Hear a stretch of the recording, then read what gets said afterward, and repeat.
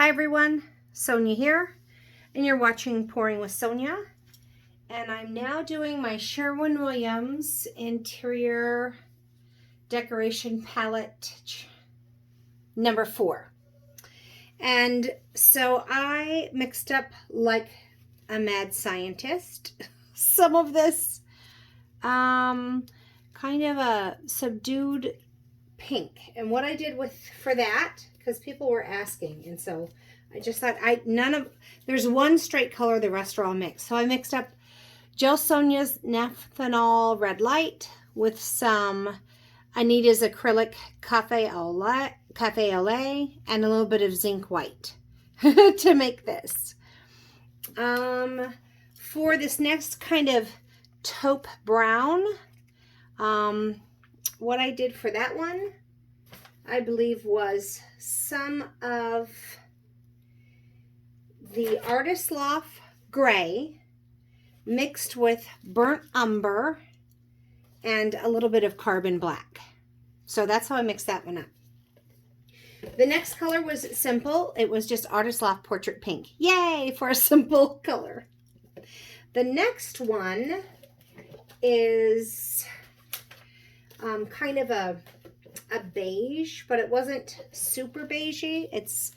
So I mixed up some of this Anita's Acrylic Cafe au lait again with some Indian yellow and a little bit of burnt umber for this color right here. And then the last color, Sherwin Williams calls it English Ivy. It's a really dark, deep, rich green. So for that one, I mixed up Joe Sonja Teal Green with some phthalo green with some carbon black. So that's how I mixed up the colors. I know people had asked me before how I mixed up some of the colors, and like, could I tell them the colors, and I'm mixing them all for the most part. So I just thought I'd show you the colors. So you just kind of, half the fun is kind of playing with it. So let me put these down. I think I'm going to put them down in that order. So I'm just going to kind of put them over here. I'm going to put them on this record. I'm out of canvases, so I'm just playing around now. We're actually having a garage sale, community garage sale, so I thought I'd make up a bunch of clocks to see if any of them sell. So for my records, I like repurposing records. It's kind of fun, and people get a kick out of it. I just put a little piece of painter's tape over the hole, and somebody else had also asked me, how do you keep your record or canvas on the turntable? And all that I do is I just put a little bit of tape on the back, just like that. And that way it keeps it in place, but it's easy enough to remove, but it doesn't fly off. So I thought I'd show you that. And now I am going to pour out the pillow, pour out my puddle, and then I'm going to blow it with my Revlon hot air tool. It's actually a hair tool that has hot round brushes that attach to the end of it. It's got 3 speeds. Oops. Okay. It's got 3 speeds, cool, low, and high. And I just use the cool setting because that's a low heat, but a high blow. Okay. My pillow is the Sherwin Williams Color to Go Satin Ultra White Bright, or whatever it is. It's just their sample quart. And for the quart, uh-oh guys, I thought I was all ready, but I can't get the lid off. I didn't get it loose before I came and talked to you, so I apologize. I'm gonna have to pry it a little bit loose here. But anyways, what I was saying, to this sample paint, I add, because that's about 4 cups of paint, and to that I add a 1/4 cup of the GAC 800 to help with crazing and whatnot. So I'm just trying to pry this off a little bit here. And let's see if that helped. Oh, there we go. Okay, sorry about that. So I didn't want to have to re-explain all of the paint mixing. I did mix it up. You shake it around, but I didn't loosen up the lid. So sorry about that. Let's get right to it then. A little late for me to say that, huh? All right. I kind of go on the side of a lot of pillow paint instead of just a tiny bit. I don't have very much of this left, so just pour a little bit more there. I want to get it within about 1 inch to a 1/2 inch from the edges for the most part.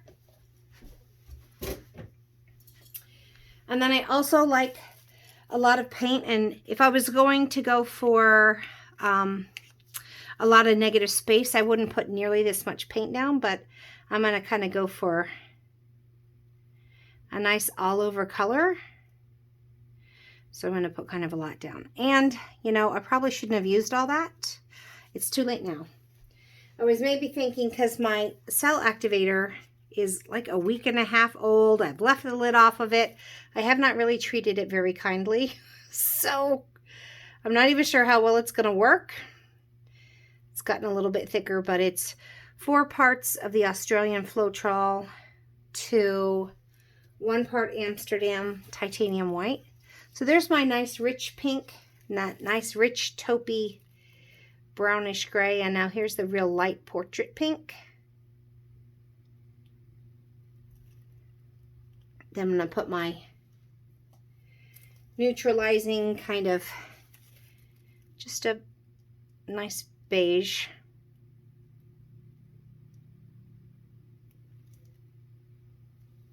And of course, I would get a completely different result. I thought about the order here, and I wasn't sure. I didn't want too much green to take over by putting it on the bottom, but I didn't want it to get lost. So I put it on the top, and that actually could take over. So I'm not really sure about the order, but we'll see.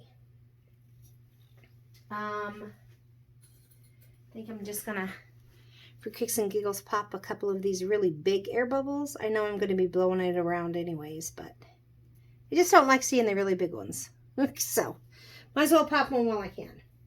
And here's my quite old cell activator.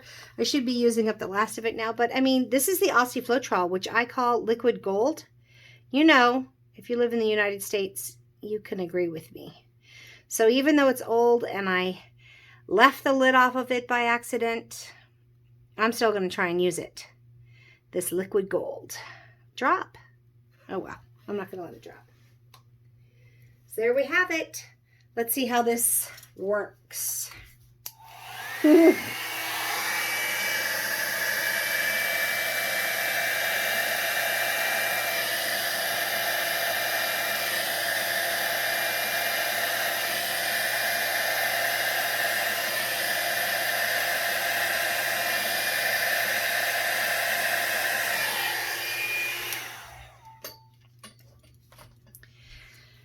Okay, well, I've certainly got a lot of the green, but I've also got a lot of that base pink, so that makes me happy. I got plenty of I got a little bit of that dark taupe down there, not a lot, but a little bit. A little bit of the tan, a decent amount, kind of a lot of the tan that was just underneath the green. And of course, the portrait pink is so light, you're not really going to see it. It's really going to be more of like a blending color. I mean, I can see maybe a little bit of the portrait pink right there. And what I'm doing right now is I'm just waiting for this to kind of absorb back up underneath the center where I was blowing down. I want that pillow paint to get back underneath there.